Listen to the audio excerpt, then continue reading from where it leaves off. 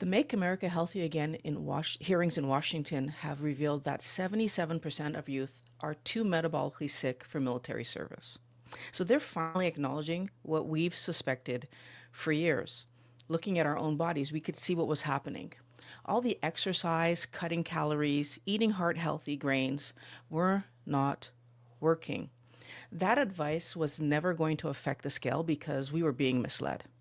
This isn't just about looking cute in our clothes. What we are now learning is that the food we were being encouraged to eat has been impacting our health and longevity in a hugely wrong, bad way. Now, I'm not a doctor. I'm a regular person who avoided hip surgery by learning the basics of nutrition and biology.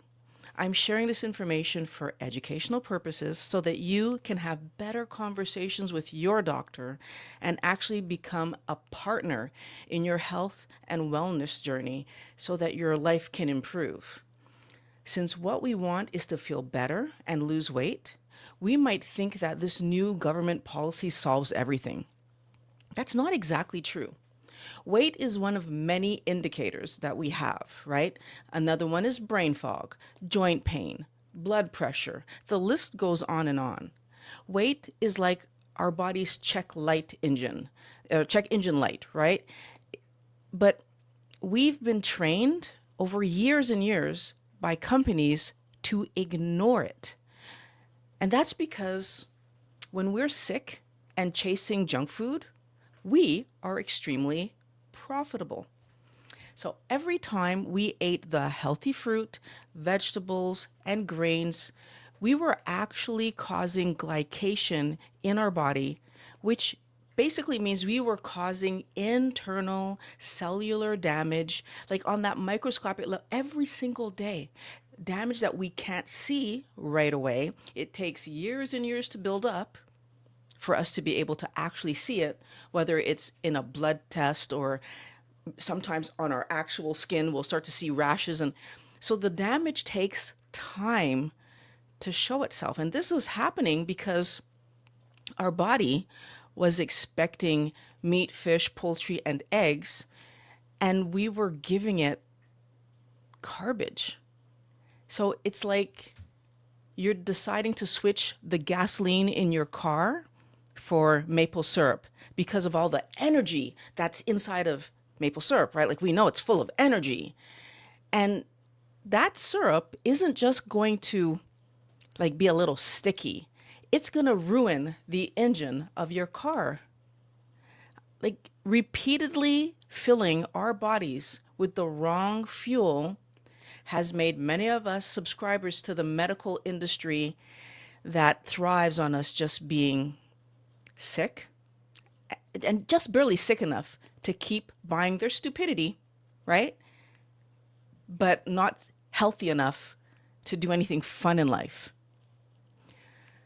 Now, I didn't learn what I'm talking about today in a textbook. I actually learned this when I was sitting in my doctor's office being told that I needed hip surgery 8-ish years ago. I was only 46 at the time, being told that I'm going to need hip surgery. I was 70 pounds overweight. I was in constant pain. And I was actually terrified of surgery. So I don't know if I've talked about this before. I don't want any kind of purposeful cut on me ever. Like, I do not like the idea of opening any part of me that shouldn't be open. So my mouth can open, my nostrils. I don't want anything else opening. So I was terrified, not just scared. And my first thought was that maybe the weight that I was carrying was destroying my joints. So I was wrong. But even if I had been right about the weight that I was carrying destroying my joints, I had tried for years and years and years to lose weight with no success. And guess what happened when I'm sitting in this doctor's office and he's telling me all this information and I'm thinking, well, it has to be the weight. And I went off and tried to lose weight. Nothing. I exercised and I could barely move. So I walked. That's what I did every day. I walked I brought my fat intake down. I was eating all the healthy fruits and I hate fruits. I started eating fruit and grains and vegetables and like less fat on my meat. I was trying to be so good because I'm like, surgery cannot be happening for me. Not a pound, not 1 pound lost. I didn't lose a thing, which now I understand today because I increased the fruits and vegetables that I was eating. Didn't lose a pound. So thank God that I was wrong and it wasn't actually my weight causing the hip issue because, well, I would have been stuck with this hip. Okay. So in February 2018, in the most desperate state I think I've ever been in my entire life, not being able to sleep because I was in pain. First of all, long swear I couldn't stand. I was in pain. When I sat, like what I'm doing right now, I was in pain. When I lay down, I was in pain. There was no position I was able to be in that I wasn't in pain. And in that state, desperately searching on the internet, I found Google, I should say, gave me the answer. I was Googling a bunch of stuff. I don't even remember what I Googled that night. I just know I Googled a bunch of stuff. And Google finally showed me something that said that it sounded like I was describing seemed like I had inflamed joints. And that, you know, that was the problem, inflammation. And honestly, I had never heard, like, when I Googled what causes inflammation, I was shocked to learn that sugar was a major contributor to inflammation. Wellness warrior. I spent the age of 23 to 46, that's 23 years, struggling with joint pain. The years of your life where you're supposed to be having the most fun ever. The years of your life that most people say, if I could go back and do anything over again, I would do my 20s. I was in pain all the time. 23 to 46. Not one of the many doctors that I went to ever asked what was I eating or suggested decreasing sugar intake to heal my joint problems. Not once was that ever a conversation. I was referred to physio, sports doctors, chiropractors, very pricey doctors. These were not like in the hospital doctors. These were like specialists that I was sent to try to solve this problem. Had to pay. And this is Canada. I had to pay. I wore orthotics in my shoes. Had to buy those. Not covered. None of these medical interventions or products, as a matter of fact, the orthotics made my feet hurt even more. It took so long for me to get used to wearing those things in my shoes, first of all. And they were like medical, like I went to the doctor, he form fitted them to correct whatever it was that they were saying was wrong with this, causing my hip pain and joint pain and all the stuff that I was, and they didn't help. They made it worse. I ended up with like a bunion on my right foot. Nothing actually solved the pain that I was living. Lots of money spent.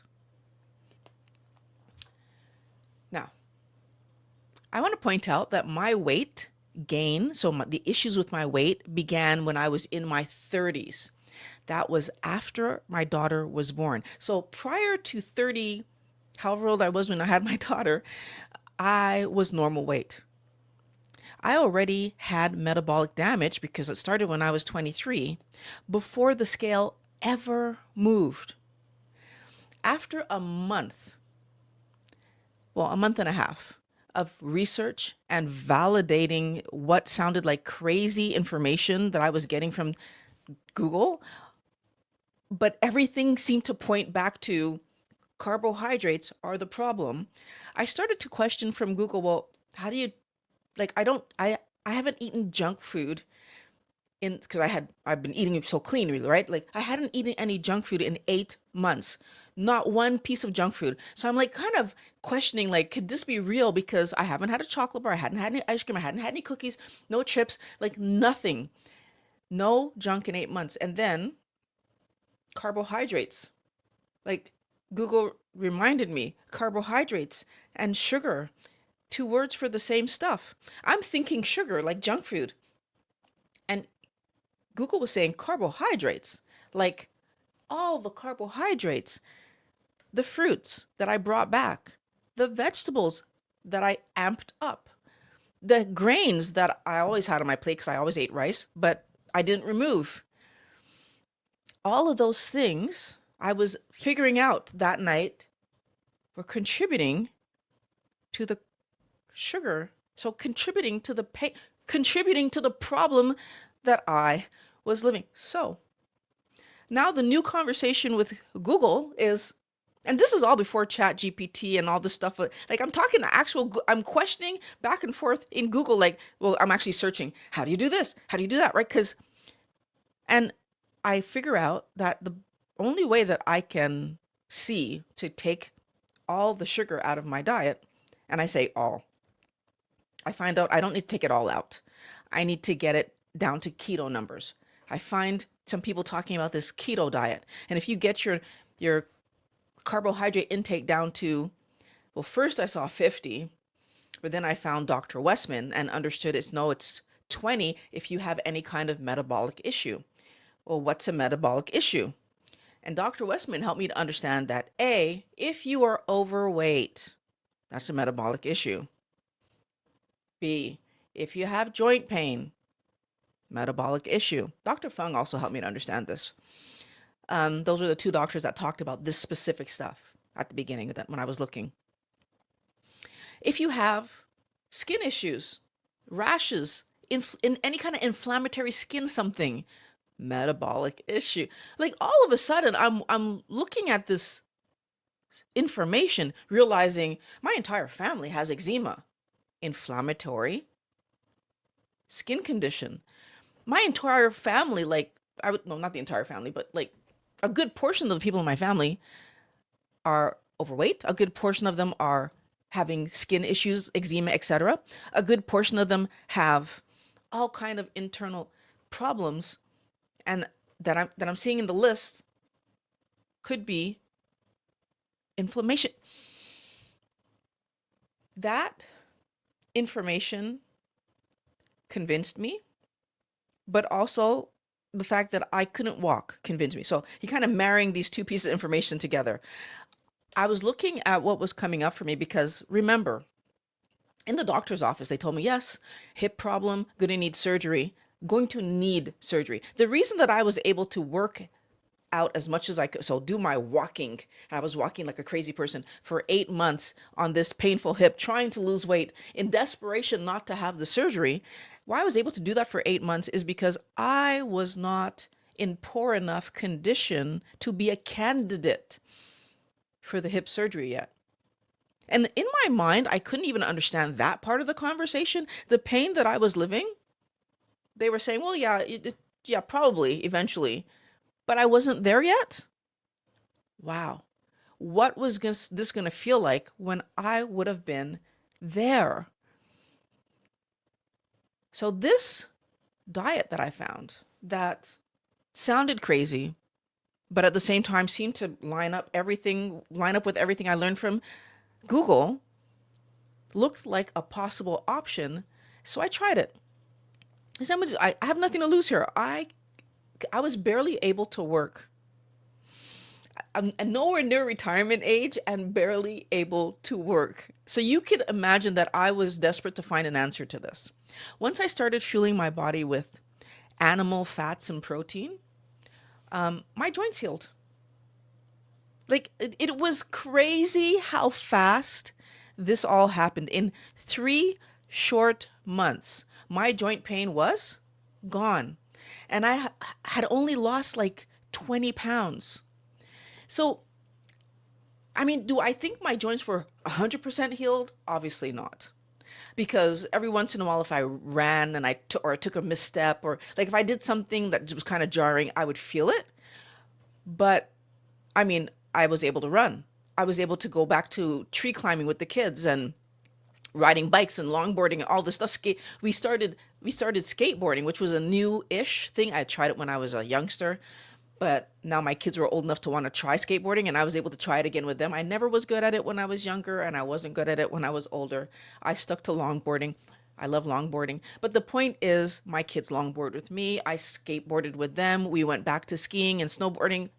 The year that 8 month period of time when I was doing all the walking and I didn't snowboard or ski for the first time ever in my life. And can I tell you, Wellness Warrior, it was the saddest winter I think I've ever lived since I started like enjoying winter. The first time ever to not go was crushing. And I was able to get back to doing all my activities.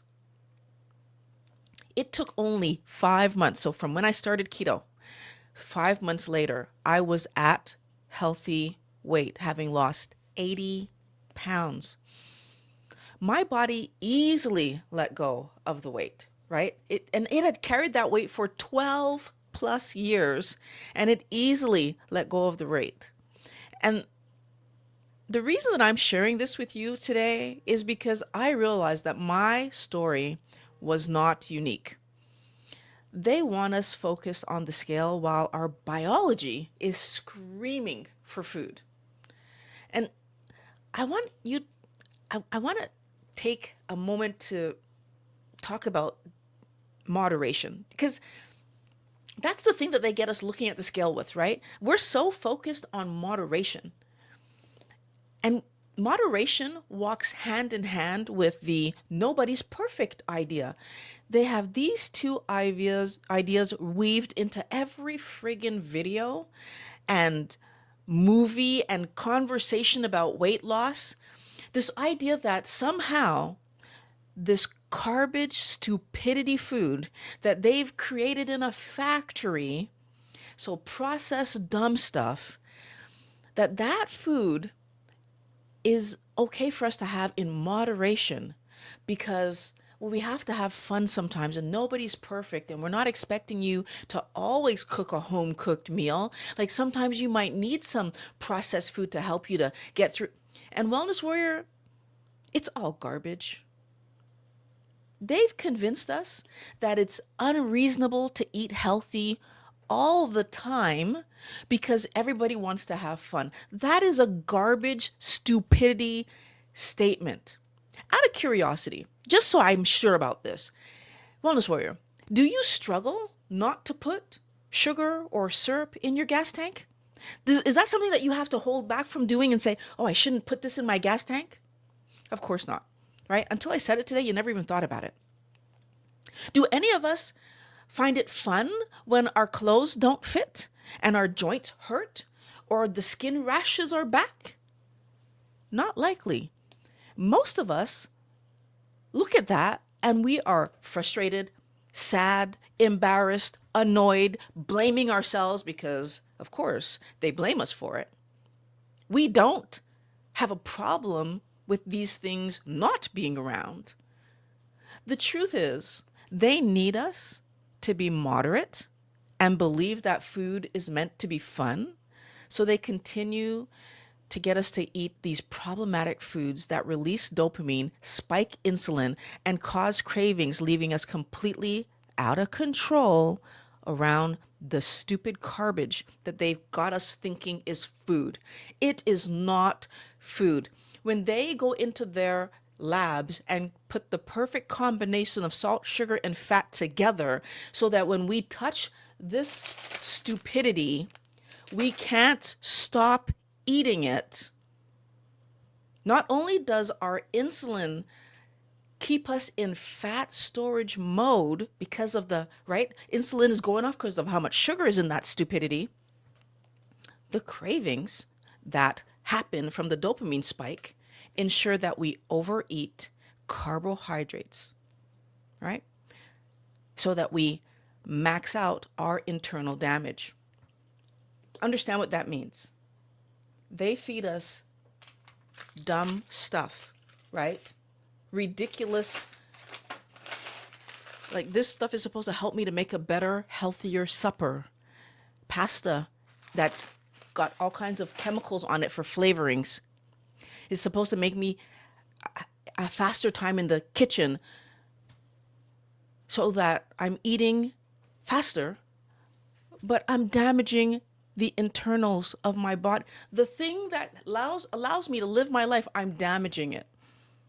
Wellness Warrior, we need to understand that this is a game that we cannot win.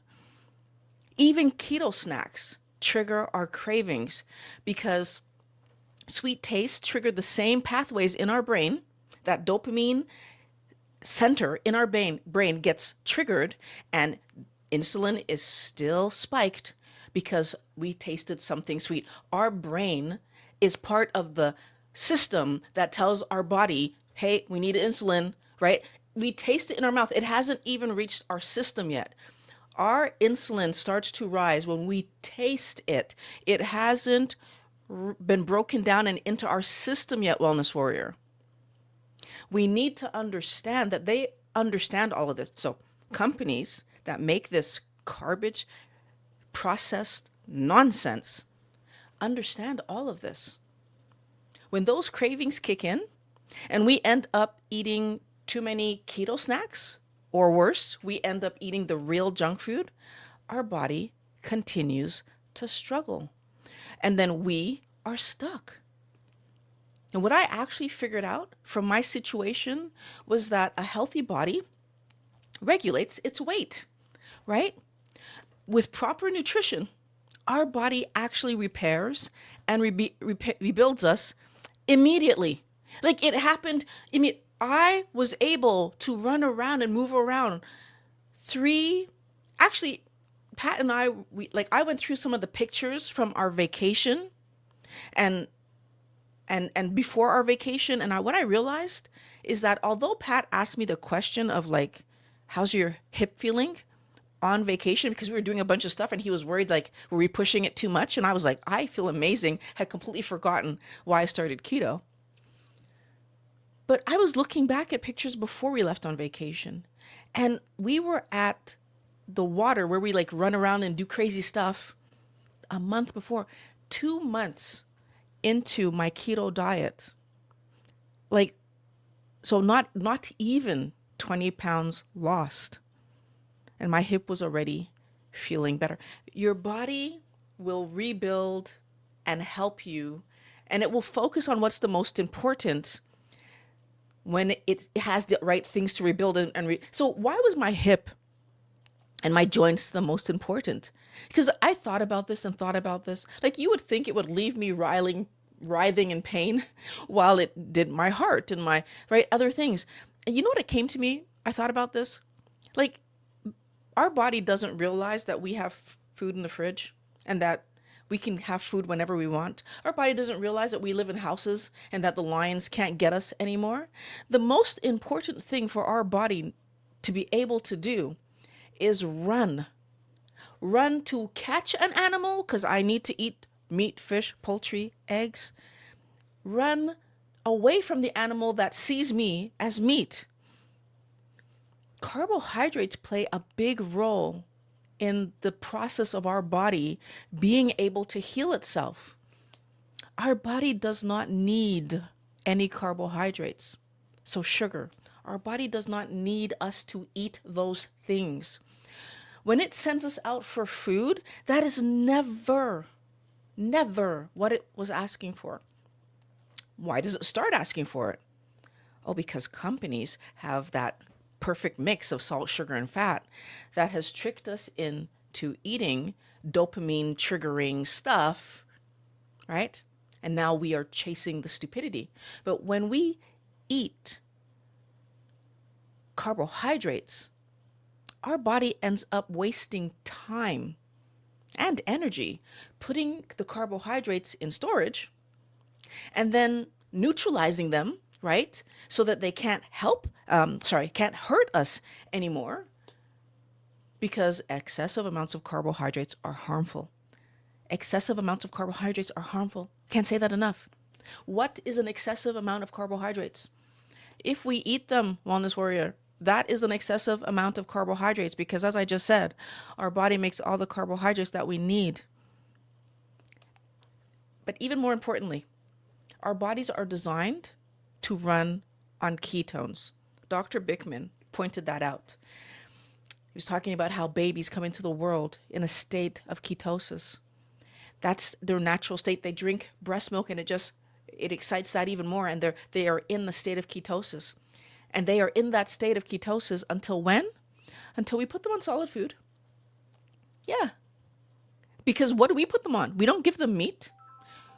We don't give them fish and animal protein stuff. What do we give them? We start them on oatmeal. And then we give them baby banana as the second thing, or at least here in Canada. That is what we are told to give our kids first. Not meat, fish, poultry, eggs, with the necessary salt that they should be getting. We start them on foolishness. So our bodies are supposed to be ketone first, carbohydrates as a secondary source of energy, right? Those fast sprints that we need to do to get away from the line, yeah, for sure. The fast sprints to go catch the animal, yeah, for sure. Ketones for a lot of the other stuff. Carbohydrates are great for signaling and all kinds of stuff. Yes, our body does use it for other things, but we don't need to eat them. Eating sugar flips our body upside down by releasing insulin, which forces our body to metabolize carbohydrates on repeat and store fat that we can't access. So the very thing that our body wants to be running on, we store it in a way that we can't access it. Well, we store it in a way that we possibly could access it, but we can't get access to it because we are eating so much carbohydrate on repeat.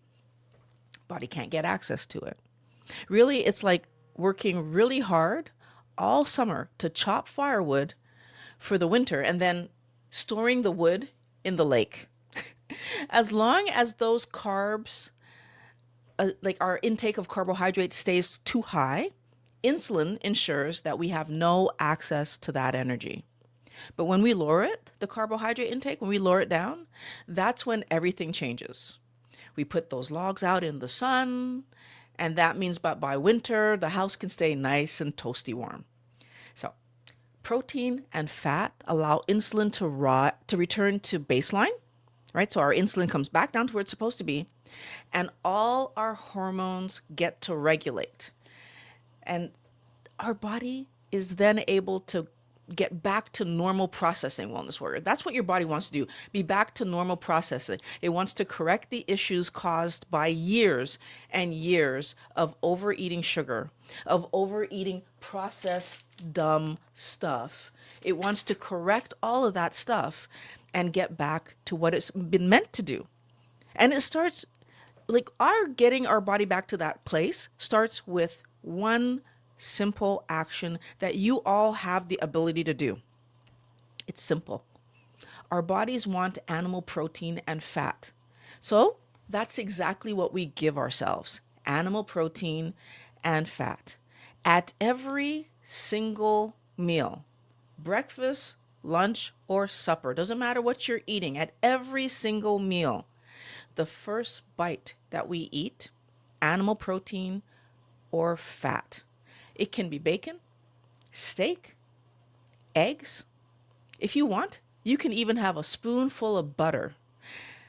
It doesn't matter what that first bite is, it needs to be animal protein and fat. Why? We're signaling to our brain that real food is coming in. We want our body to know what we are doing, and we want to be doing what our body wants us to be doing. For years, I've encouraged every wellness warrior that I could talk to that we eat protein to carb. Finish the protein on your plate before you finish the carbohydrate. Make sure that this protein is gone. I'm taking it a step further. The first bite that you put in your mouth should be protein with the accompanying fat, or just the fat. Start with the fat. A piece of fat, chew it up. That is important. And it's never mattered more than it matters right now because protein and fat are so satiating that when you start this way, you're signaling to your brain and to your body, real food coming in, and you're quieting those hunger signals. So the hunger hormones, right? So ghrelin, you're quieting them by the end of the meal. Because we start with the body wants, and we're making sure that that is mostly what we get in, like we get as much of that in as we can before we get through those carbs. We are telling our body, this is real food, right? And honestly, I think that for most of us, what will end up happening is we'll start to see the reality of what our body wants. Because if we do this well, if we have the right amount of protein with its accompanying fat on our plate, we will be we won't be able to get all of this in.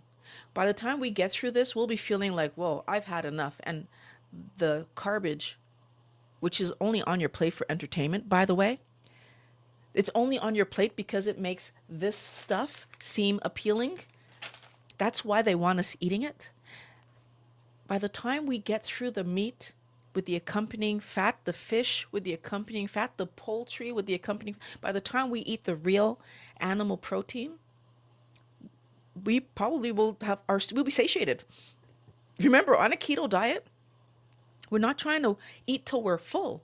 We're trying to eat till we're satiated. And when Dr. Westman said that to me, well, said that in the video that I watched, I was like, that's amazing. And I don't do that.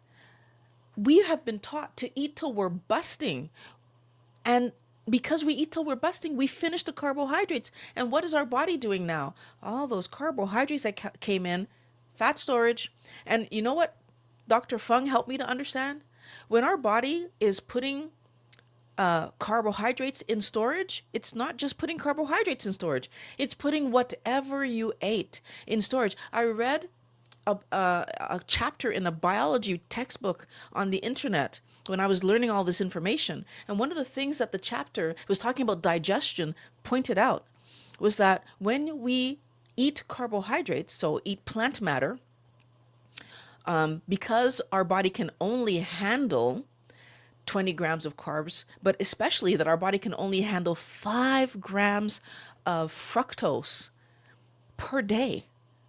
When vegetation comes in, our body is swiftly, so our stomach swiftly passes all of that through. It tries to just, so this another thing that they tell us, oh, fiber helps us to go to the bathroom. No, our body can sense that carbohydrates came in and it passes it through because we don't need them. We make them. But what happens when we pass all that through? We're also passing out the meat, fish, poultry that we ate with the stupid garbage that we ate. So not only is our body storing what energy does come in through that does get digested because it's putting stuff in fat storage, as Dr. Fung helped me to understand, but then our body's passing through as fast as it can because of the sugar, not the fiber, the rest of the nutrients that we don't even get a chance to hold on to them. Wellness warrior. Frustrating. It's so frustrating. So by eating meat, fish, poultry, and eggs first, we allow our body to signal us that we are full and we're less likely to eat the garbage on our plate. And I don't know about you, but I remember as a young child, always I loved my meat. It was my most favorite thing. Now, because we lived in a household where you must finish your plate, I always left it till the end because I hated vegetables. And so I wanted to finish with a good taste in my mouth.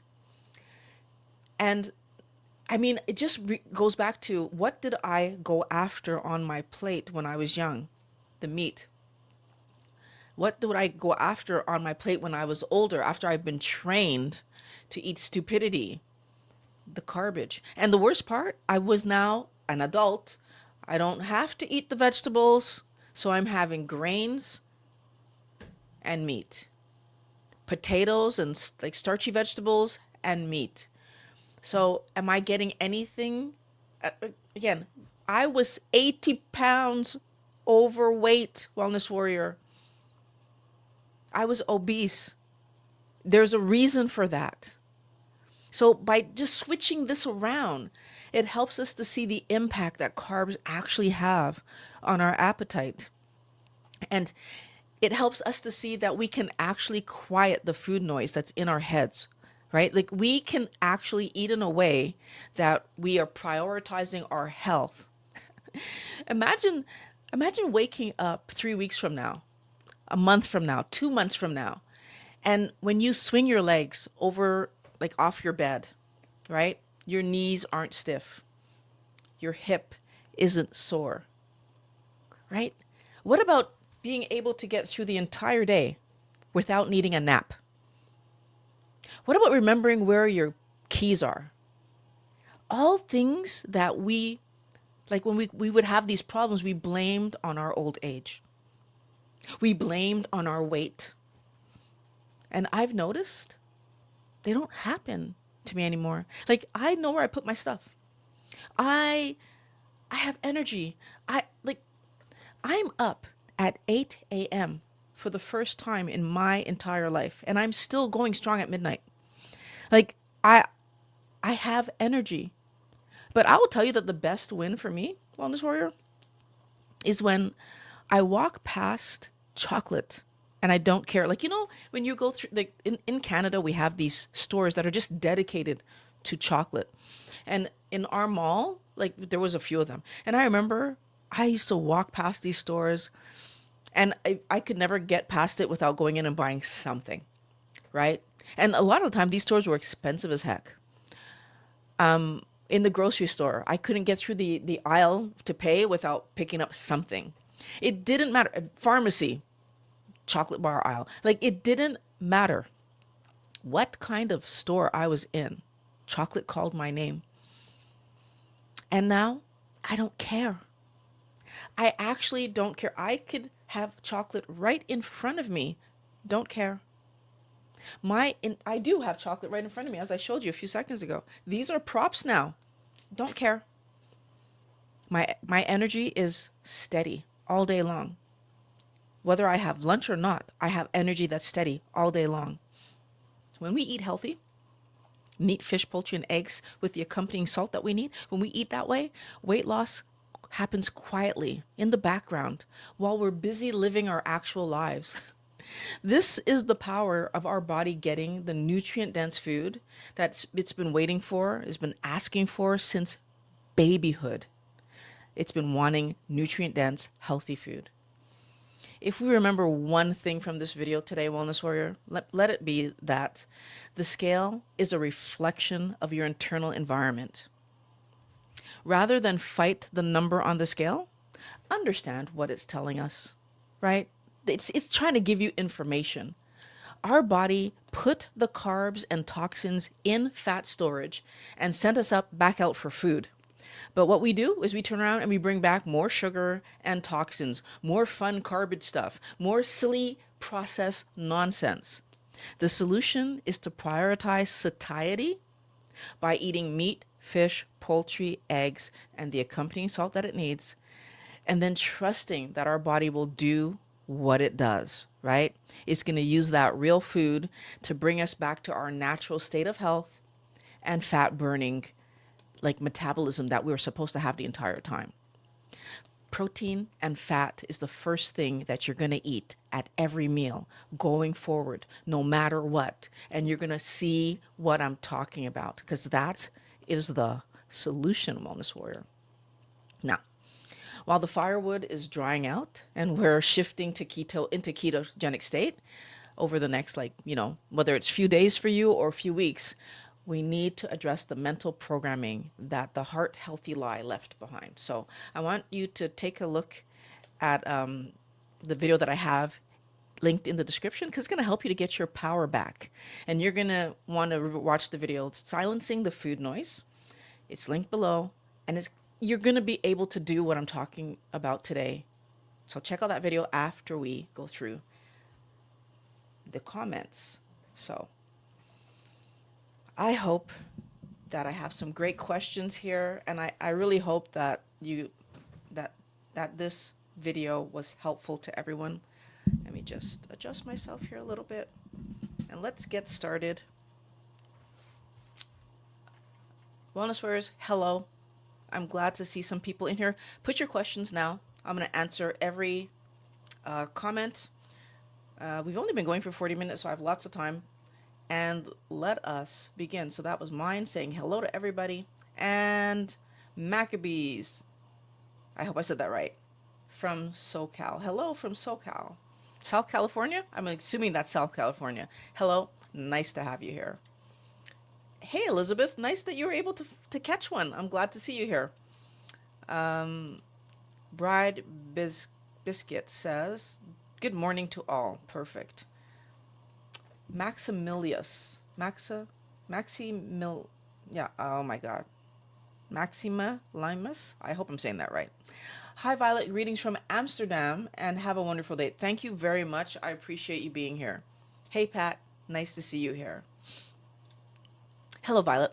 I like what you're doing. Thank you, Steve Law 2000. I'm always happy to know that people are appreciative of the videos I put out and the work that I'm trying to do. Okay, Joseph says, you honestly look in your 30s. I hope Moore, watching realize what we lose with six sad diet. Oh, I hope more watching realize what we with six sad diet and our ignorance of eating just whole foods. Thanks, young lady. um, so I definitely hope that more people will see the videos and understand the benefit of eating healthy food. Um, whole foods are important to eat, especially if you're doing a keto diet. I want to say whole, low carbohydrate foods. I think that one of the hard things, for me anyways, was things like potatoes. Potatoes are so tricky because, first of all, they break down so easily in our system. So potatoes, squash, sweet potatoes, like all the starches break down so easily into sugars that our body can put in fat storage. And I feel like all too often they are great tasting, especially when you make like chips out of them or like there's just so many ways to eat potatoes that isn't helping us. So I know for myself, like removing potatoes was one of the first and best things I did. Now, the other thing I learned was that my joints were reacting to the toxin in potatoes. So the solanine, because those are nightshade vegetables. So my body was reacting. One of the things that I learned that shocked me, was that potatoes that have green spots on them, that greenness is actually highly toxic. So how many times was I at restaurants eating French fries? And you get a French fry that still had a little bit of green on it, and you ate it just because you don't know. I did not know that that was actually toxic. It doesn't surprise me that my joints were inflamed because apparently joint inflammation is one of the negatives from eating solanine. So, like, there's just so many things that they know, but then we are not made fully aware of. Like, even if just the regular public knew that if you see green on a potato, you should, well, I mean, I probably just wouldn't eat the potato altogether because it means it didn't ripen all the way. No, Sally Norton helped me to understand that we pick things early so that they won't spoil by the time they reach the person who's going to eat it. And so therefore, we are eating things that have extra amount of toxins in them. It is so important for us to understand that 70, 80, 1,000 years ago, the vegetation that we were eating was not what we're eating today. Because we were eating things on site, first of all, if you go back 1,000 years ago, right, we were eating things that were available to us in that moment. So it grew, we picked it, we ate it. We were letting things ripen properly, at least much more properly than we do today for sure. But then with the invention of refrigeration, with the invention of um, uh, like travel, like so traveling refrigeration, where we put things on refrigerated boats and trucks and then send them across the world. We need those things to stay ripe longer or to stay fresh longer. But what we don't realize is that the toxins that the plant uses to stop the bugs from eating it are in higher concentrations when it's not ripe yet. The plant detoxifies the fruit for the animal it wants to eat it, according to what Sally Norton helped me to understand. And so the part that's kind of silly, first of all, we are eating stuff that we're not supposed to eat. It was never meant for us. Our body's looking for meat, fish, poultry, eggs. But second of all, there's more toxins in it because we're picking it too soon. And worst of all, genetically modified plants are like they're bred to be more resistant to bugs. What does that mean? It means that there's more toxins staying in the fruit, right? There's more so that the bugs won't eat it. But then if we pick it early, so we've maxed out the amount of toxin to stop the bugs from eating it, but then we pick it early, so we've also maxed out the amount of toxin for us. So like there's so many silly things that I see that we do in this world that like don't make any sense for our good health, and then they're gonna blame our genetics on why we're sick. So if it was my genetics that I had all the joint issues that I was having, wouldn't it mean that as I get older and I'm still the same genetic composition, I should still have these joint pains? And yet, I feel amazing today.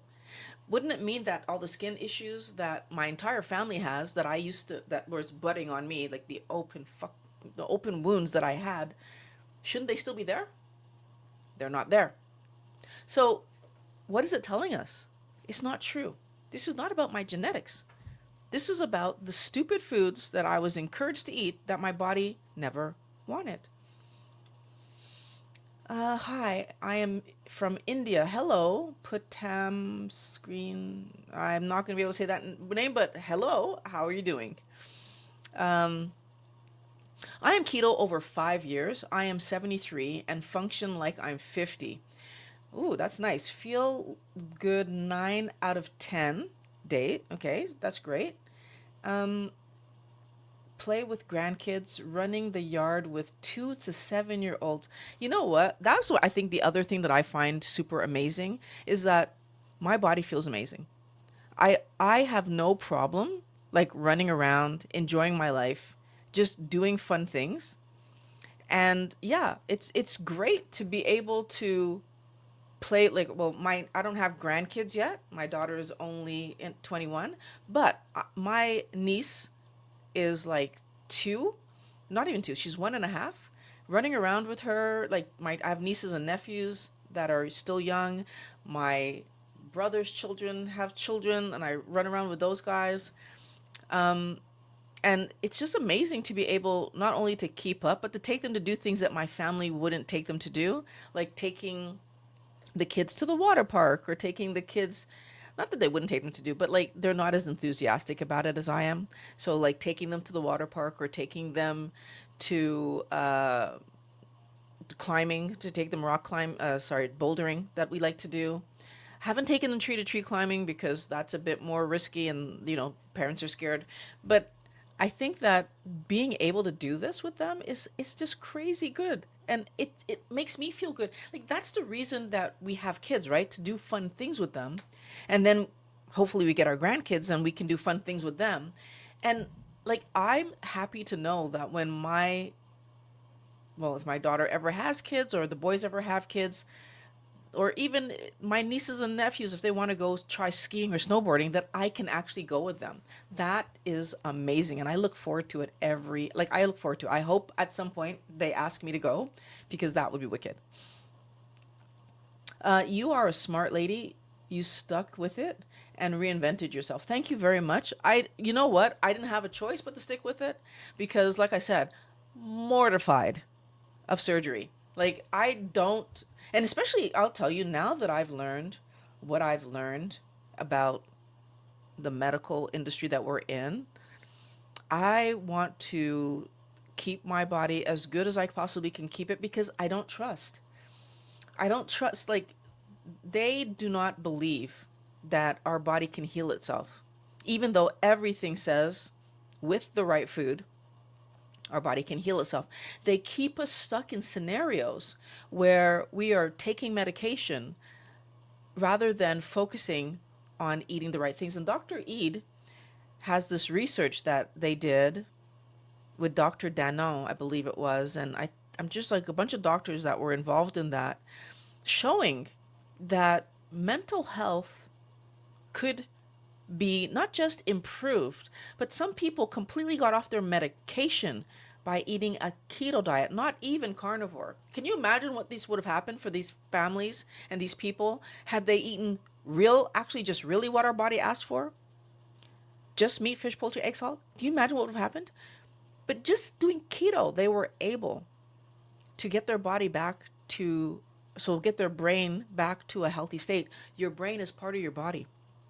And we need to understand that. It's not just about obesity. It's not just about the look of us. Your brain is part of your body. You can't make good decisions if your brain is full of plaquing and is producing the wrong neurochemistry and like everything is it cannot. And we need to understand that. We're so focused on what we look like because that is what they want us looking at. And it's not what's going to help us to be healthy. Russell Nichols says yes. Let's see. Sing it. Hello, sing it. Nice to have you here. Not sure if you remember. You're always being physically active. Okay. Carbs are supposed to help workouts, muscle absorption. Are you more energized in carnivore as opposed to keto workouts? I will say that I have more energy now than I had before, but I don't know if it's that much more. So, and the reason I say I have more now, especially now, is because of all the carbs that I've taken out. So, when I was doing a keto diet, and I understood from Dr. Chafee, Sally Norton, and Dr. Eid, those are 3 back-to-back interviews that I did. Chafee was first, Eid was second, and I think Norton was third, if I remember correctly, the order. When I did those 3 interviews, they helped me to understand that the toxins in the vegetation are having some kind of impact. Dr. Eid specifically said it. As with medication, even with food, she pointed out that we might eat something or take something because we think it's going to have this specific impact on our health, but there's other stuff in there. And our body doesn't discriminate. It's not like our body is taking it and saying, oh, this is for Violet's arm or her hand, and that's the only place. No, it's going throughout my body. So even though it might help the problem that's going on with my hand, my entire body is being impacted by it. And so that conversation helped me to really see that I need to be careful with what I'm intaking, and all of these things, which I learned from I learned from Sally Norton and Dr. Chafee, actually, he did say it too, that all of the toxins in the food that I am eating are going throughout my body and doing stuff. Right? What's happening with it? So like, even though we think this is healthy stuff, and even though it might be healthier than processed silliness, like all this stupidity that I have on my desk, right? Or even these things, like these protein bars that are supposed to be healthy for us to have, but they're not healthier than meat, fish, poultry, and eggs. They cannot be. Because meat, fish, poultry, and eggs is what our body... So the carbohydrates were always there. And I need to be sure that I point that out. The carbohydrates were always there. Our body was never in a deficit of carbohydrates. I was always able to do whatever activities or working out that I was doing. So for clarity, when I was doing keto, I was not working out, like working out. I was doing longboarding, cycling, rollerblading, skiing, snowboarding, scooters, riding, like I was my push scooter. I was doing activities, right? Fooling around with the kids on the skateboard. Like we were doing activities, bouldering, tree climbing. Like we like going to do things. I wasn't working out with like exercise working out. Now I started working out. Why did I start working out? All of a sudden, and I'm going to talk about this in a video that's coming up, but I was I put down coffee, had the inkling. That's the way I would word it. Like it, all of a sudden, jumping became more interesting to me. It was weird. Like just putting coffee down, I started to actively wake up thinking about jumping. Now, that doesn't make a lot of logical sense to me, but yet it's exactly what happened. I started waking up wanting to jump. And then eventually, I was looking at my gym equipment, which is beside where I jump, and I was saying, I just started having the thought of I need to clear that up so I can use it. Wellness Warrior, these are not thoughts that I have ever had before. I bought the gym equipment because winter would come around and I wasn't able to do as much as I do in the summer. That was the reason for buying the gym equipment. Even though I own the gym equipment, even though the gym equipment sits there and I see it all the time, I was not using that gym equipment the way that I should have been using that gym equipment. Right? Like I in the years that I owned it, when I first got it, maybe I used it for 3, 4 months. And then after that, sporadically, I would use it maybe if I gave myself 10 times a year since I owned that equipment that I used it, that's really, really generous of me. But I'll add to that that in the last 3 years, 18, 19, 20, in the last 3 years, because my daughter cleared off the gym equipment when she had her 18th birthday party. Everything was cleaned up down there. I was able to get to it and use it. Did I use it once? No, I did not. And then I didn't use it once during that entire 3 years. She turned 21 this year and she cleaned it off again. And now I'm using it. But I quit coffee in the like just around the same time she cleaned it off. And I'm using it. Wellness Warrior, I cannot even explain why my attitude about working out has shifted from putting coffee down. I don't understand it fully, but I have a lot to say about how my life has changed since I put coffee down that I will be making a video about because it's crazy because things have changed. I hope that answers your question, Sing It. But like, I do feel that somehow I have energy for working out that I never had before. I have interest in working out that I never had before. I understand this thing about my body should, like, I feel like there's just this kind of clarity that my body wants to move. Like that's kind of the way I would, like, I feel like I want to move. Like Pat and I yesterday went, not yesterday, today we're Monday. Saturday went and did some blacksmithing. And honestly, I thought I was going to be ridiculously sore the next day. My shoulder blades from swinging the sledgehammer, like there was a big sledgehammer that I had to swing to do part of the work. But the normal hammer stuff, I was fine. Like, I mean, I do swing a hammer with some of the activities that I do at home, so that's not a big deal. But the normal hammering stuff, I was fine. Yeah, if it wasn't for the sledgehammer stuff, I think I probably would have been much better. but but yeah, that was cool, and like we had fun doing that. And I mean, we got a nice little hook out of it that looks really cool. So like I feel like these are things that are in my mind, like doing these kind of activities. Pat actually registered for us for a different one. Like I registered us for this one, but he registered us for glass blowing and all kinds of, again, it was like intense. And but these are the kind, like, we want to do stuff. This is what happens when we get healthy. Like we just want to do stuff. We want to move. We want to use our bodies. Like, so I hope that helps. Sing It. I'm not sure if I'm answering that question the best way that I could, but Bride Biscuit, I still crave it. 14 months carnivore, healed many things, but didn't change that issue. So, you know what I would suggest for you to think about? Are there things that you are currently eating that are still sweet? That's the first thing I'm gonna go. And when I say sweet, people think sweet like taste sweet. And it could be that. It could be that. but it could also be just high enough in carbohydrate to keep my dopamine system chasing. Or high enough in casomorphin to keep my dopamine system chasing. So I would put your attention on, because you're carnivore, it could be spices, but if because you're carnivore, it could also be dairy. Like dairy can keep us chasing because of the casomorphin, and I didn't know that until I watched the Netflix special that I watched. I have a video about that on the channel.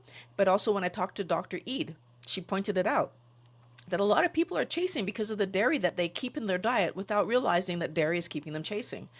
And I'll tell you that since I put dairy down, I'm again like the changes to my life. I didn't think that they would be gigantic, but I did see that dairy had my brain chasing. And it was interesting because it all I was chasing was dairy, right? But then when I took the dairy out, oh my goodness, like the craziness that ensued and like the behavior that went out of control. And again, I have a video on the channel you can go watch about that. But I hadn't even realized that I was still craving, I was still chasing. I picked it up on it when it was the nuts. I saw that clearly. But I think it's because nuts are vegetation and I'm very sensitive and I'm focusing and I'm paying attention when it's vegetation. It completely got past me when it was the heavy cream that I was putting in my coffee. That little bit, that 45 grams, but it's twice a day, right? But I was having two coffees. And I started off having one coffee, by the way. So it even went up and it didn't click to me that something's wrong. But that 45 grams of heavy cream that I was having twice a day, every day, was enough to keep my brain on that hamster wheel. And as soon as I took it out of my diet, thinking, oh, this shouldn't be too hard, but I just want to, I'm so happy I did it this way too.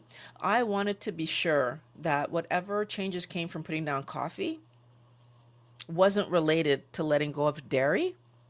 And that's why I let go of dairy first. So I didn't just let go of heavy cream, all cheese, all everything. I let go of everything. Because again, Dr. Eid pointed out, we need not have these things. Dairy is supposed to grow a baby cow. Cows are much bigger than us. Why would we want to take something in that's supposed to make us big? And so because she said that, I wanted to verify, was the dairy doing, and it was, the dairy was actually doing something, right? And it makes sense, right? You want that baby cow to drink and drink and drink enough until it can be big as it needs to be, right? Until eventually it will wean because it starts eating grass and other things. And maybe because mom will get fed up of feeding it. I don't really know how that works for cows, but we know at some point it will stop drinking milk.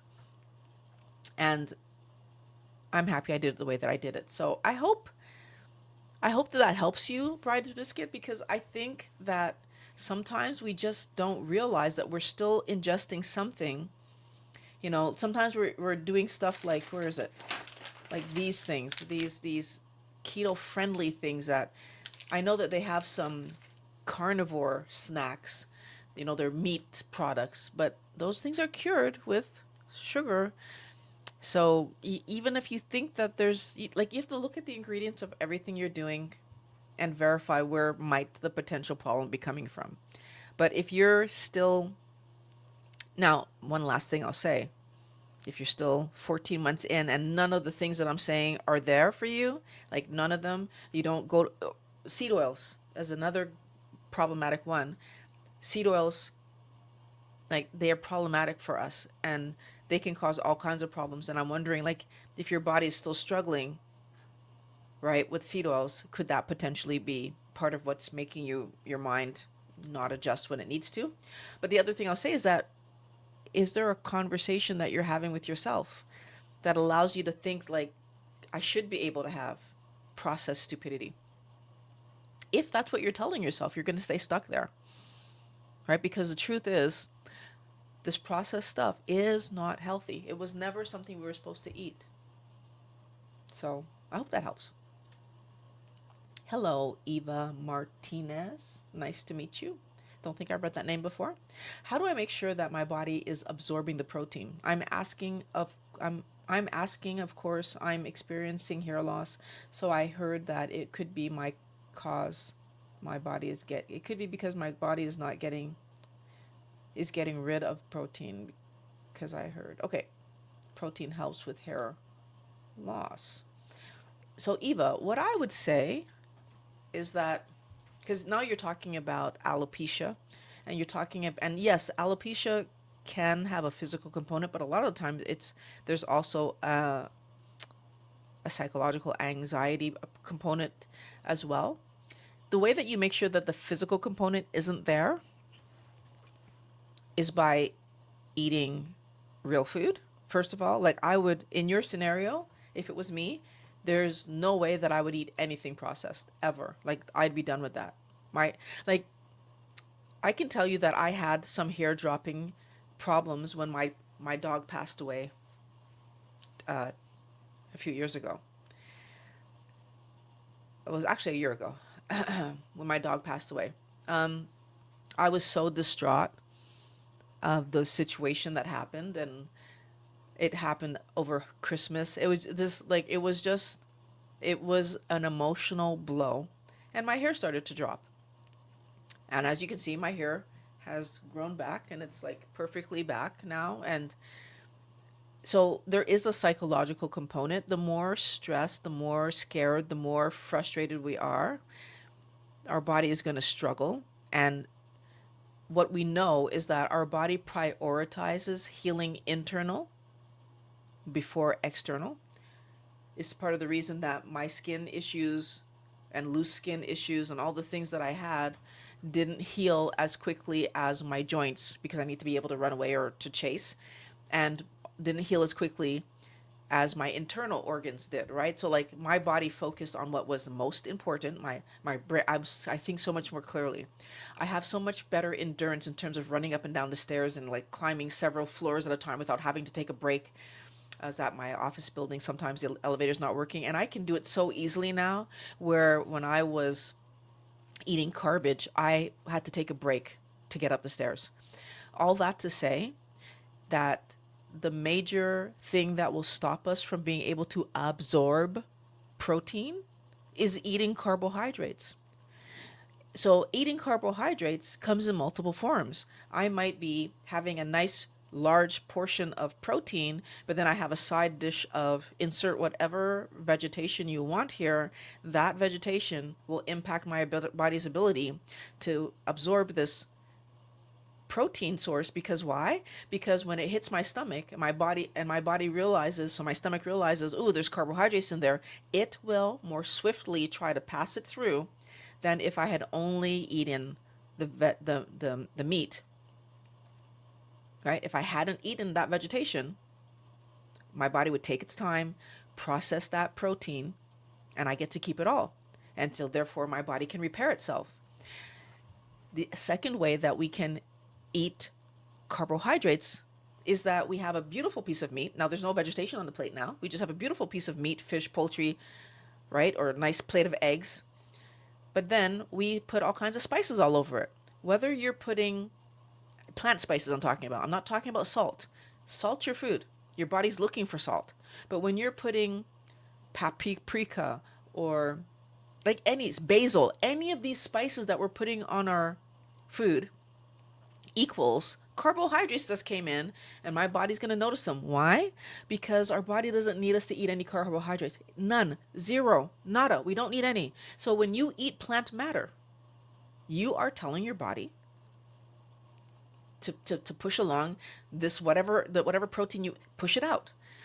Even if you eat nuts a few hours later, was your body finished processing? No. It's going to push it out. So this is where it gets really tricky for a lot of people because we want to be able to moderate, right? Because nobody's perfect and we want to have fun with our food.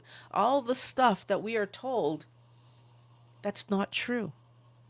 It's just not true. We do not need to be moderate. Eat what your body wants so that you can live the life that you want to live in this body. The healthier your body is, the more fun you're going to have. Trust me.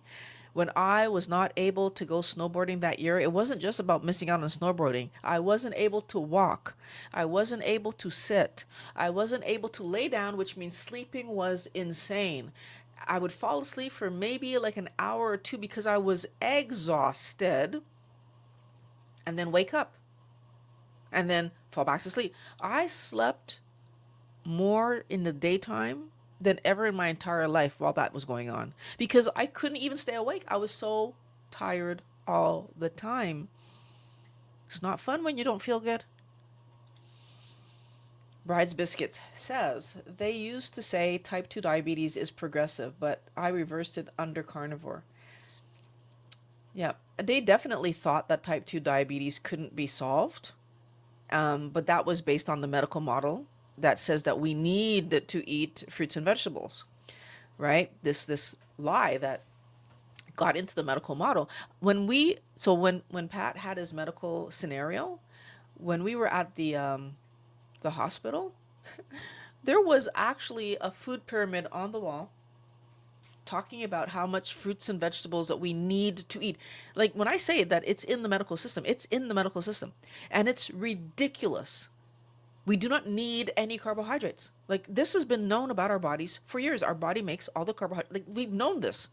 So, yeah, it's absolutely reversible if you eat real food for human beings. If you eat the food that we're supposed to eat, no problem. Your body will help itself. So Eva Martinez says, I have been carnivore going on 3 years. Okay. My encouragement to you, Eva, is A, verify that there aren't any poor quality seed oils coming in. B, look at spices that you're using, because if you are using spices, those are carbohydrates coming in. And then of course, C, trust your body. The more that I fight with myself and I'm in my head and I'm anxious and I'm doing all the like that, all like I was carnivore when my hair fell out because I was that distraught about my dog. I was like, my daughter and I had that dog for years, like 16. I want to say, like, how old was she? Yeah, like 16, would have been 17 years. So like we were not happy people. Like that was one, I would probably say the hardest Christmas. Yeah, it was the hardest Christmas I think I'd ever had. Ever. Like I've never, and I had a Christmas where I had the flu and was puking through the entire Christmas. And my dog's passing was worse than that Christmas. He passed on Christmas morning, like in the like going into like the 23rd to the 24th, sorry, the 24th to the 25th morning. Like Christmas morning is when he left us at 2 something in the morning. So like that, yes, of course my hair fell, like I was not doing well. I was not doing well. I mean, I'll probably be bald when my parents leave. If that tells me anything, because I did not do well. So it happens, but my hair came back, right? My emotions regulated. You can see I can talk about it now without crying. Used to be every time it came up, I was in tears. So I can talk about it now without crying. Um, I do think that my little friend here who's taking a bath, my little cat, did help me to kind of move on as well. And I would have had him when Graham was around, but we learned that he was sick when I was thinking about getting the cat. And so I held off on getting the cat because I wanted to give all my attention to my dog. So these are important things. And we need to look at all the different angles of why something can be impacting us. I hope that helps. Rahal Yadav, I hope I said that right. I used to get migraines once or twice a week. After carnivore, it almost gone without making other changes, which doctors insist upon, like sleep early, reduce screen time. Yeah, so definitely the way that our brain functions is going to be highly, highly impacted by the foods we eat. So I completely believe you that changing your diet if would help your brain to repair anything it needed to repair, because now it has the right building blocks to build and repair.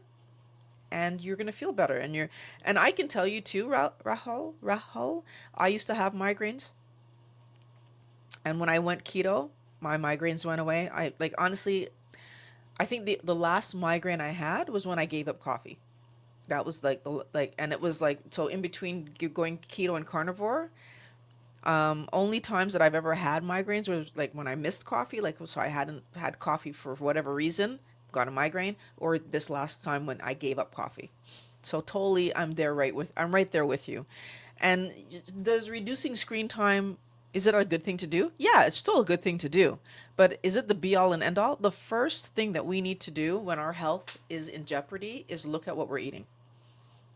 And if we think about it, going back to my pet scenario, for both the cat and the dog, every time I went to the vet, the first thing they asked me always, what are you feeding the cat? What are you feeding the dog? It's the first question, always. Right? Why? Because they need to make sure that I'm making good choices for my animal. So, yeah, um, I think that as long as you eat the right things, you're gonna do well. It heals so much. I went off 7 mental health meds, 3 blood pressure meds, 2 neurologic meds, 2 GI meds, and 1 cholesterol med under carnivore. 8 diseases in remission now. What I find interesting, I love how they want to say that these things are in remission rather than saying that we solved the catalyst that was causing my body to scream. And so basically that we don't have these conditions anymore. They're in remission. I get it. If you start eating silliness, they will come back, which is why they want to say it's in remission. But the flip side of the coin is, had we never been tricked by companies to eat garbage, none of these scenarios would ever have been a thing to begin with. So is it remission? Or is it that, our body's just healthy now? Anyway, I don't know. These are things that I just wonder about. Working out alone is boring, and I don't do coffee. Yeah, you know what? I don't mind working out alone. The reason I don't mind it is because my workout is not long.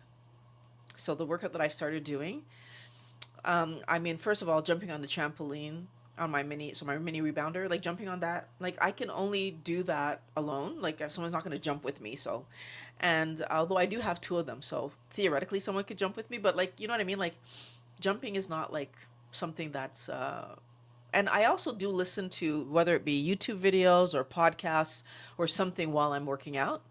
So it's not boring for me. Coffee, believe it or not, I only started drinking coffee when I met Pat because he was such a coffee drinker and kind of got me into it. And then I became such a coffee snob. And now I'm back to not drinking coffee. So that was a 12, 13 year, oh my gosh, was it more than that? How many years diversion that I did into you know, coffee. But my parents were always coffee drinkers, um, and they still are coffee drinkers. But yeah, I don't. Again, our spouses influence us. I can only say that. So, it's normal. Fruits and veggies are the original source of problems for sure. I could definitely see that they would be the original source of problems.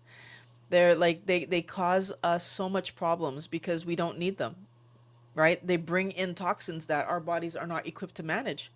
Now, again, if we were only doing these things in season when these foods were available to pick ripe off a tree or a bush or whatever, if we were only or vine, if we were only doing it at that point in time, we probably would be managing much better.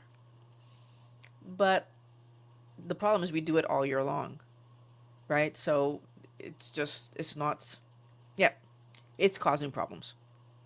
Stephanie says, dedicated exercise is good for sculpting and body and building muscle. Initially, you lose weight, but a proper diet is the best way to regulate. I'll be honest with you, Steph. I have worked out for weight loss in my history, never lost a thing. Like it's the story of my life. Um, Changing what I ate, so like during the restrictive eating like of the standard diet, absolutely that worked short term, and then your body just recalculates, which is now I understand from Dr. Fung that your body will recalculate, it will then turn around and keep you stable. And of course, when you stop losing, you either now have the new job of do I keep going down more or do I just give up because the diet didn't work? And oftentimes I would give up because eating like what I was eating and still not getting to my goal, like the question mark now became, why am I doing this? Funny enough, on my healthy way of eating right now, I'm eating more than I think I've ever eaten because I'm having sometimes anywhere from a pound to sometimes even a pound and a half to 2 pounds of meat per day. That depends on whether I have lunch or not. So I'm eating at minimum a pound a day. And then you're adding to that my side dishes, which is either eggs, salmon, calamari, or scallops. And I've been able to create a nice little situation for myself where I'm getting a good amount of iodine from real food, still supplementing because I don't think I'm eating enough iodine in the real food to not supplement. And I'm also thinking that I'm still trying to figure out how much iodine I actually need to take in. But it's really, really like amazing to me how I can eat more and my weight is not going up. Like, again, if you're looking at the amount of food I'm actually taking in, more than I've ever taken in. So it's kind of it's cool. It's interesting. Um, but I just love the fact that my body is like happy where it is. And like I did lose a little bit of weight, but I think that again that's going back to the caffeine thing, and I'm waiting to see how that's going to play itself out because it only started happening since I took caffeine out. Because I keep tracking, by the way. I've been tracking this entire time since I've been talking to you guys. So 8 years of tracking my weight. I don't do it often. Like it's not like I'm not doing it weekly because like I don't need to. Like I'm pretty sure that I'm staying around the same. But from month to month, I do check.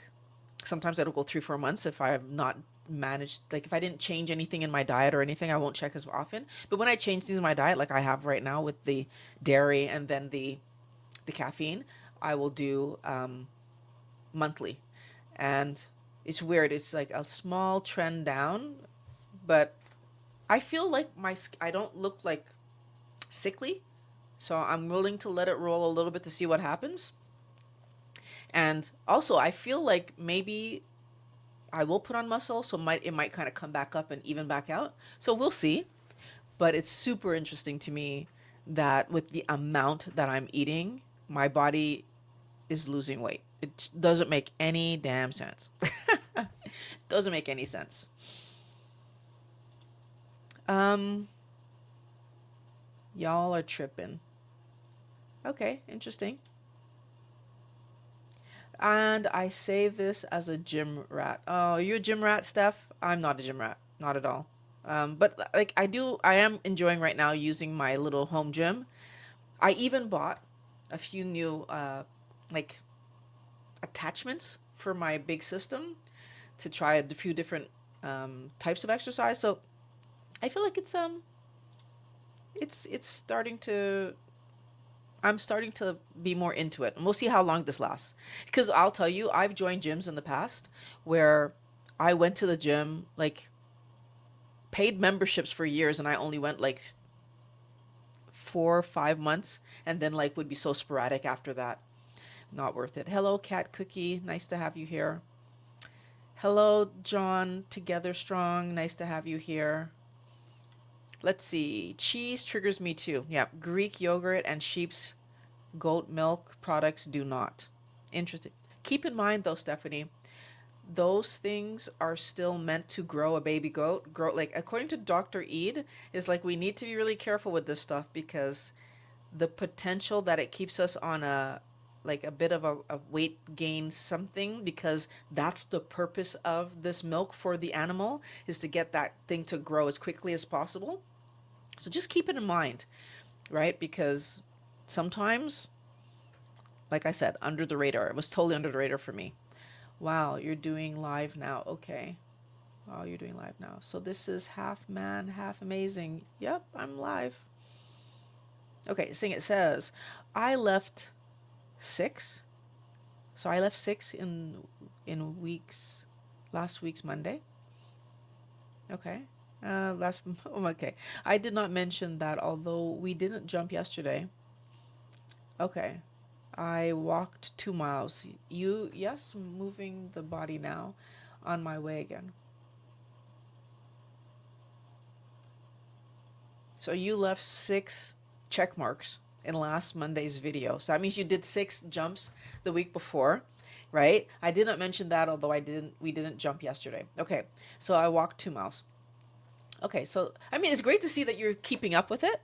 And like, I mean, I've been pretty proud of myself that every other morning I'm doing it, because I'm actually waking up thinking about doing it. Like, is today a jump day? Like, I'm actually, again, it blows my mind that this is actually the way I'm waking up and I'm thinking about stuff. Like, even Pat was laughing the other day. He's like, okay, you're always getting out of bed first thing. Like, you're like, I'm not even hanging around. I was like, yeah, like I want to go jump. It feels good. And it's weird because it's not like I've never worked out like strenuously before. I'm not even doing strenuous workouts. So when I was younger and I was going to the gym and whatever, because my dad is a big workout guy, he's always worked out. He's always talked about how important it is to work out and like be strong, etc. And my mom does not work out, so he always wanted to make sure that we had the example. Like, you go, you work out. We always had a gym in the house. He's like, use the gym in the house. I was not motivated to use the gym in the house. I needed people around me. It was like I used to be that person, actually, funny enough, that I had to be at the gym so that I could feel motivated, that everybody was doing stuff. When I put the gym in my home, a few years ago, I did it because, like, so it was 8-ish, well, so let's say 7 years ago, because I had gone through my keto thing and we had gone through a summer, right? And like, I did it because I wanted to stay active. But at the same time, I still didn't like working out. I don't know what's different. I can't even put my brain around why does it feel so different this time, but it's lovely. Um, I have I have heard that any major changes can cause hair loss. It come back when things stabilize. Yeah, so basically, yeah, we're talking about the emotionality, right? The Any psychological trigger, but also physical triggers. Like, some people have operations and their body responds with hair loss.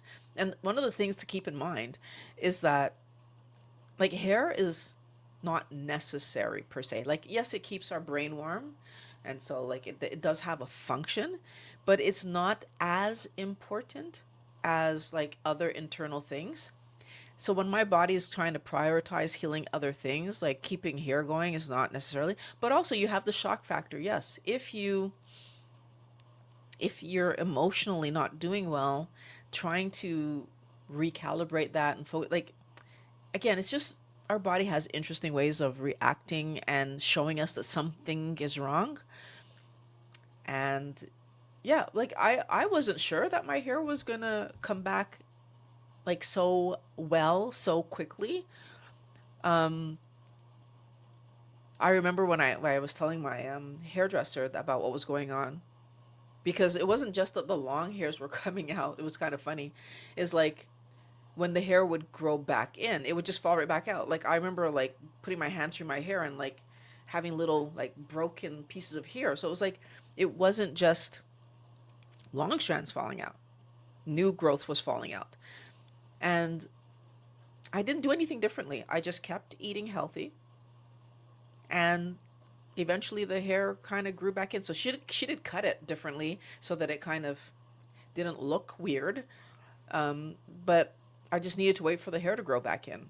So it will grow back in, if we correct whatever needs to be corrected so that our body can stabilize and allow our body to do what it does, right? So, bride brisket. I drink coffee with cream. That's my only dairy and plant.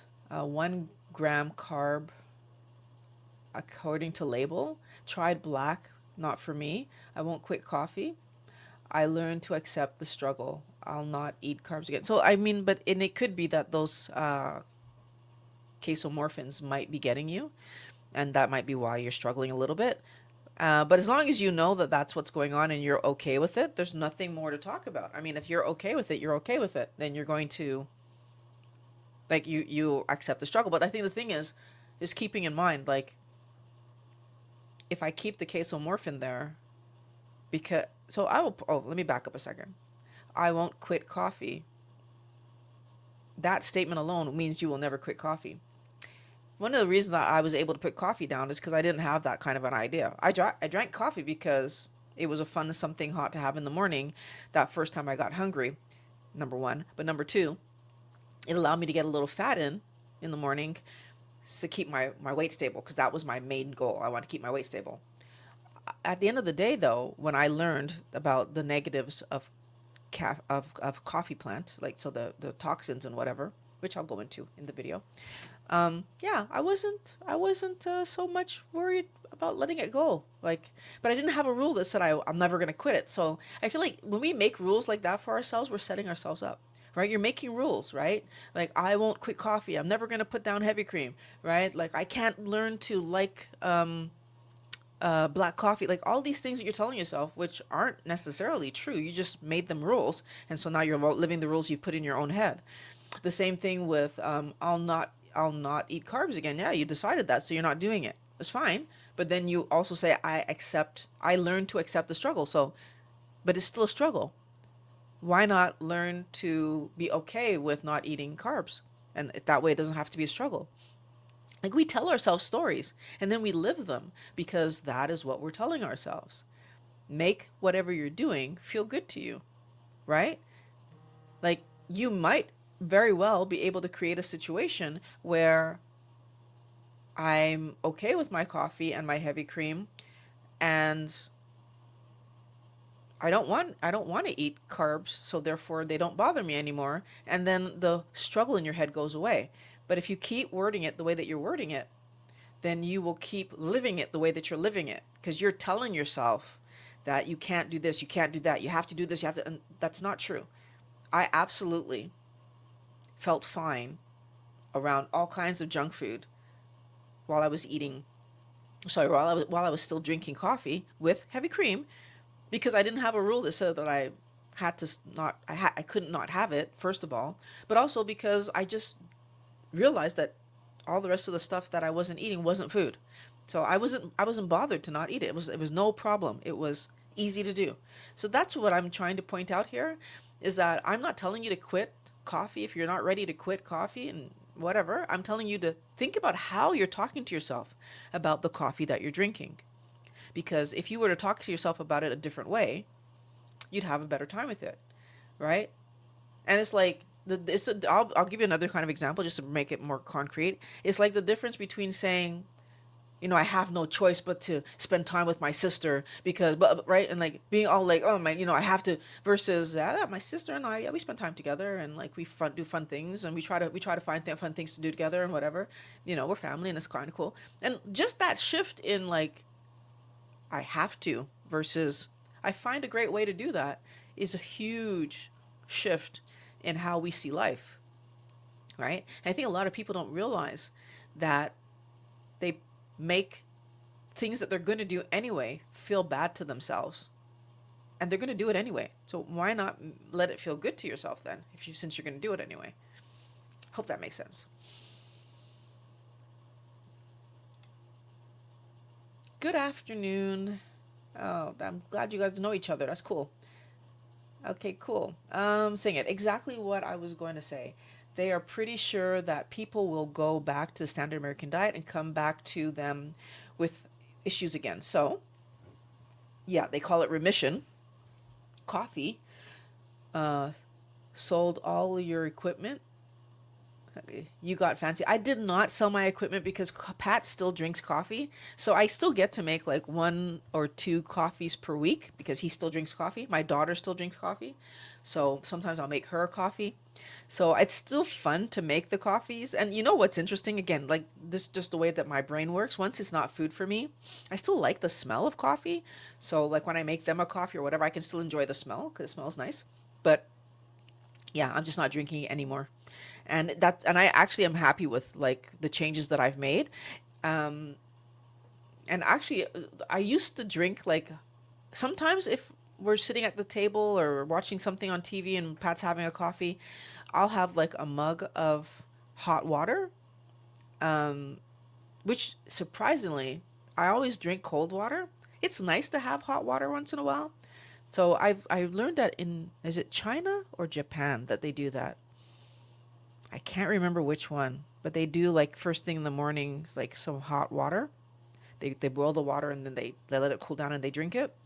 And I've started doing that and it's kind of it tastes good and it's of course I use my filtered water. It tastes good and I enjoy drinking it. So things change. We make adjustments. Intermission equals healed, but yes, it will all come back if I start carbs again. Spoiler alert, it's not coming back again. That is great to hear, Bride's Biscuit. Good morning from New Zealand. Hello, Julie Brown from Montreal. We are here in Montreal, Canada, Quebec, however you want to say that. And it looks like the last one is from Singing. If you have another question, you probably want to put it in now. Hubby and I are doing a 30-day rebounding challenge. Ooh, nice. He reluctantly gets on, but goes longer and longer every time. Clearly, we have 2 rebounders. I am pumped. He's getting there. You know, I do have another rebounder, but like I was trying to adjust. Like I put new, not springs, but what do you call it on elastics on it. I was putting new elastics on it. We didn't get through the entire process, so there's only one technically that is jumpable. The other one it's too loose. But maybe I'm going to try to get Pat to help me finish putting that other one together properly so we can both jump. That sounds like fun that we might be able to jump together. So that would be really cool. And it looks like we are at the end of our comments. So, Wellness Warrior, thank you very much for joining me in today's video. Really appreciated you coming by and spending the time with me. Check out Silencing the Food Noise. That's linked below in the description. And I will talk to you next week, Monday, 11:20. Prioritize health, Wellness Warrior. Prioritize eating real food. We can do this. I'll talk to you next time. Oh, and by the way, you can get t-shirts if you want to support the channel, as well as there are links in the description if you want to help support the channel. It really does help us when people, uh, help us out. So talk to you guys next Monday. Today's video is brought to you by my keto consultations. You know how to do keto, but you're having trouble just sticking with it? Book a consultation with me and we're going to get you back on track. The link is in the description.